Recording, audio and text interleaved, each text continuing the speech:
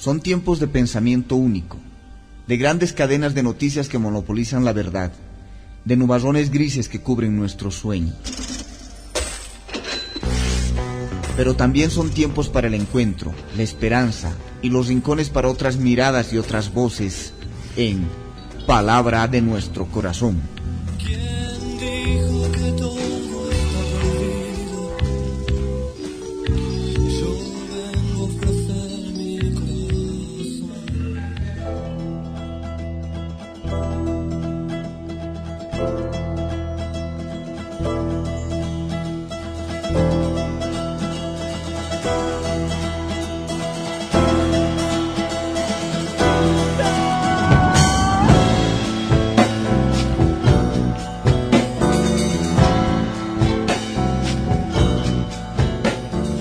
Hola amigos y amigas de la red de la diversidad, sean ustedes bienvenidos y bienvenidas a esta nueva entrega de estas Palabras del Corazón.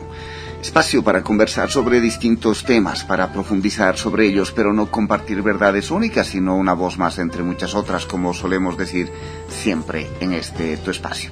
Bienvenidos y bienvenidas a estas Palabras del Corazón.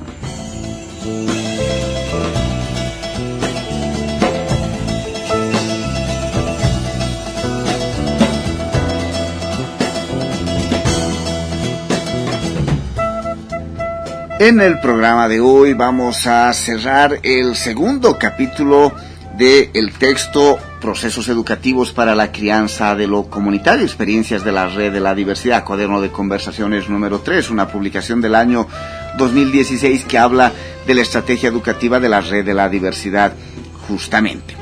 Pues en los anteriores capítulos hemos trabajado todo el capítulo primero de ese texto, donde se habla de cultura, comunicación y educación para influir y transformar las relaciones de poder. Se habla un poco de ese contexto general. Este capítulo 2, más breve, habla de sentidos y opciones generales que orientan la estrategia educativa de la Red de la Diversidad. Y en el próximo ciclo de programas de estas Palabras del Corazón, conversaremos sobre el capítulo 3, posiblemente el más denso y el más importante de este texto, la estrategia educativa de la Red de la Diversidad, donde se nos va a plantear en mayor detalle cómo esas opciones se materializan en el trabajo educativo de la Red de la Diversidad. En el capítulo 2, que es el que estamos abordando en este y el anterior programa, ese capítulo que titula Sentidos y opciones generales que orientan la estrategia educativa de la Red de la Diversidad, se ha planteado como horizonte de sentido justamente A, el sujeto comunitario; B, la emancipación y la transformación de las relaciones y formas del poder; C, el desmontaje o deconstrucción de lo existente, especialmente el proceso de descolonización, de despatriarcalización y desmercantilización de las relaciones y nuestras vidas. Hasta ahí habíamos llegado en el anterior programa. Ahora conversaremos sobre el punto D, la crianza y vigorización de otros modos de vida desde lo existente en territorios de vida compartidos, que aborda temas como el Estado plurinacional, el vivir bien o buen convivir y las economías de reciprocidad y redistribución. Y cerraremos con el capítulo titulado La gestión de lo público y los bienes comunes. Pues avancemos en esa profundización.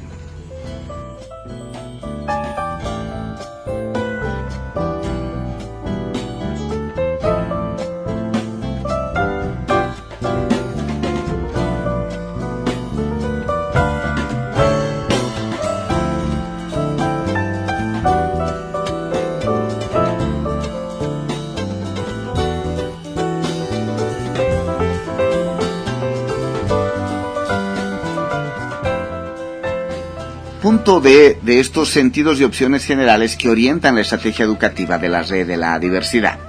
La crianza y vigorización de otros modos de vida desde lo existente y en territorios de vida compartidos. No basta, dice el texto, una crítica a lo existente como expresiones de las diversas dominaciones de nuestras vidas, ni alcanza el desmontaje de construcción de algunas de esas dominaciones, sino que se trata de ir criando y vigorizando también desde lo existente esos horizontes transformadores y emancipadores. 3 son esos horizontes claves desde la Red de la Diversidad: la diversidad y plurinacionalidades, el vivir bien, buen convivir y las economías de reciprocidad y redistribución. Veamos sobre la construcción del Estado plurinacional. La pluralidad nacional nos exige repensar nuestras configuraciones sociales que atraviesan todas las dimensiones de la vida. superando la mirada monocultural del Estado-Nación. Esta situación exige reactivar un debate sobre el Estado plurinacional y sus formas de construir la diversidad en la gestión estatal, mucho más cuando se aborda el tema desde contextos urbanos. Desde la plurinacionalidad suele tender a desaparecer. Sin embargo, esta dimensión de emancipación no solo tiene que ver con lo estatal, sino que tiene que ver en cómo vivenciamos en lo cotidiano, en lo comunitario, esa diversidad y plurinacionalidad, y que se expresa en nuestras metodologías y didácticas educativas, comunicativas y estético-creativas.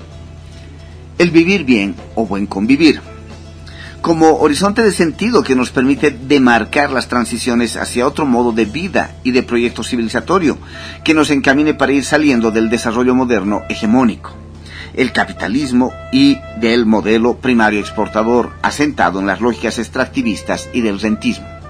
También se verifica una tendencia a disminuir el debate y las propuestas en torno al vivir bien, tanto en esferas estatales como de las propias organizaciones sociales.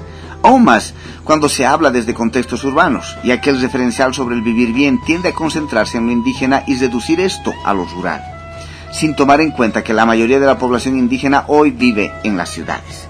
Desde esa perspectiva hay que resignificar la estrategia con ese horizonte de sentido, el del vivir bien o el buen convivir. Finalmente, las economías de reciprocidad y redistribución. Sin la vigorización de otros modos de vida que se materializan en las economías, es muy complicado salir de las lógicas de dominación. No se trata solo de formas alternativas de economía, que sean creativas, sino que éstas generen procesos de reciprocidad que obligan a quienes hacen parte de un tejido comunitario a dar y recibir en condiciones más o menos equilibradas para seguir existiendo y perteneciendo a la red. Eso limita las acumulaciones. Sin embargo, entre comunidades se puede generar asimetrías. Por ello, estas otras economías también ponen un énfasis en la redistribución, lo que nos coloca en el horizonte más allá de nuestra comunidad local o de origen para ubicarnos en el conjunto de las relaciones y la sociedad. Nuestras estrategias educativas, comunicativas y estético-creativas tienen materialidad en esas otras maneras en las que se gestiona su propia economía. Por ello, la pregunta por los recursos no es secundaria y tampoco remite solo a conseguir los mismos, sino que nos plantea otra relación económica de reciprocidad y redistribución en este caso.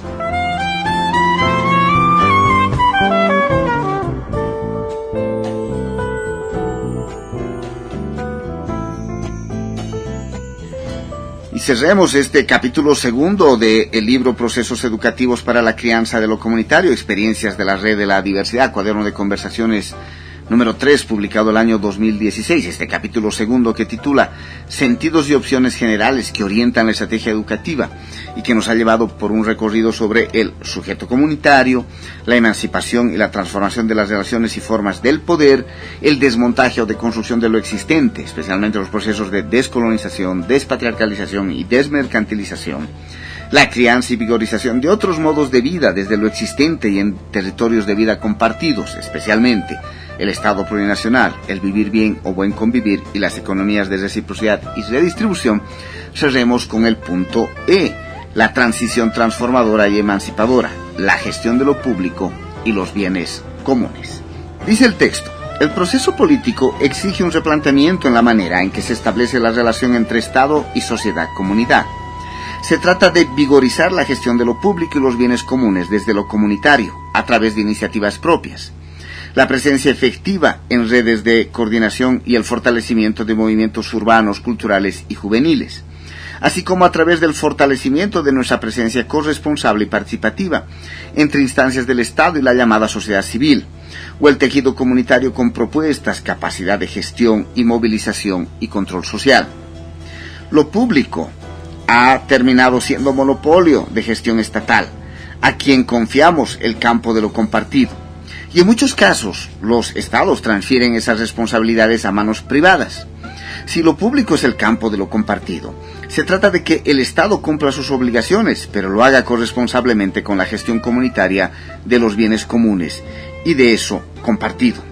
Por tanto, lo público se transforma y pasa a ser ese encuentro tenso y complementario, corresponsable entre Estado y sociedad civil o tejido comunitario. un escenario de corresponsabilidades necesario como parte, no como requisito, para un tránsito hacia la vigorización de lo comunitario en la gestión de lo público y los bienes comunes.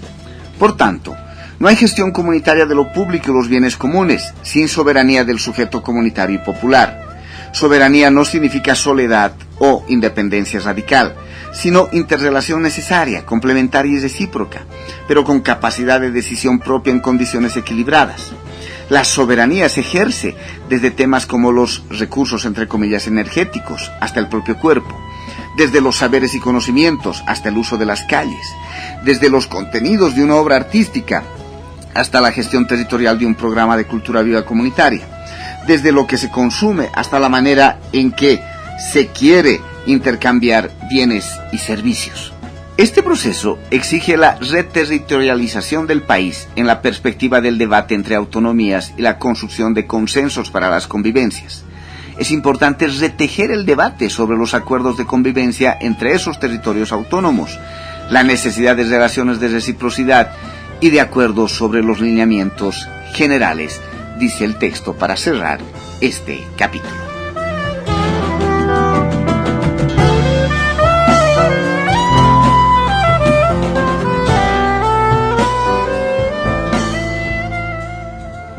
Hasta aquí nos quedamos en estos compartires. Como dice una parte del texto, en 1995 nació Huaynatambo en la ciudad del Alto. El año 2006, esa experiencia se convirtió en la red de la diversidad, con equipos locales propios en varias comunidades de Bolivia, El Alto, La Paz, Tarija y Sucre en ese momento. El desarrollo de la red articuló procesos de comunalización en diversos territorios urbanos, a través de las llamadas chascas de gestión de lo público y los bienes comunes, con un trabajo cotidiano que une estrategias educativas, comunicativas y culturales, como aportes para rehabitar nuestras ciudades desde el horizonte del vivir bien o el buen convivir. Este texto recoge los debates y experiencias educativas de estos años de la red de la diversidad, generando aportes en lo pedagógico, metodológico y didáctico.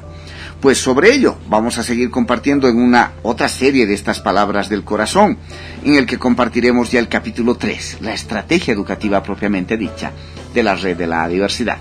Hasta entonces, un abrazo. Chao, chao.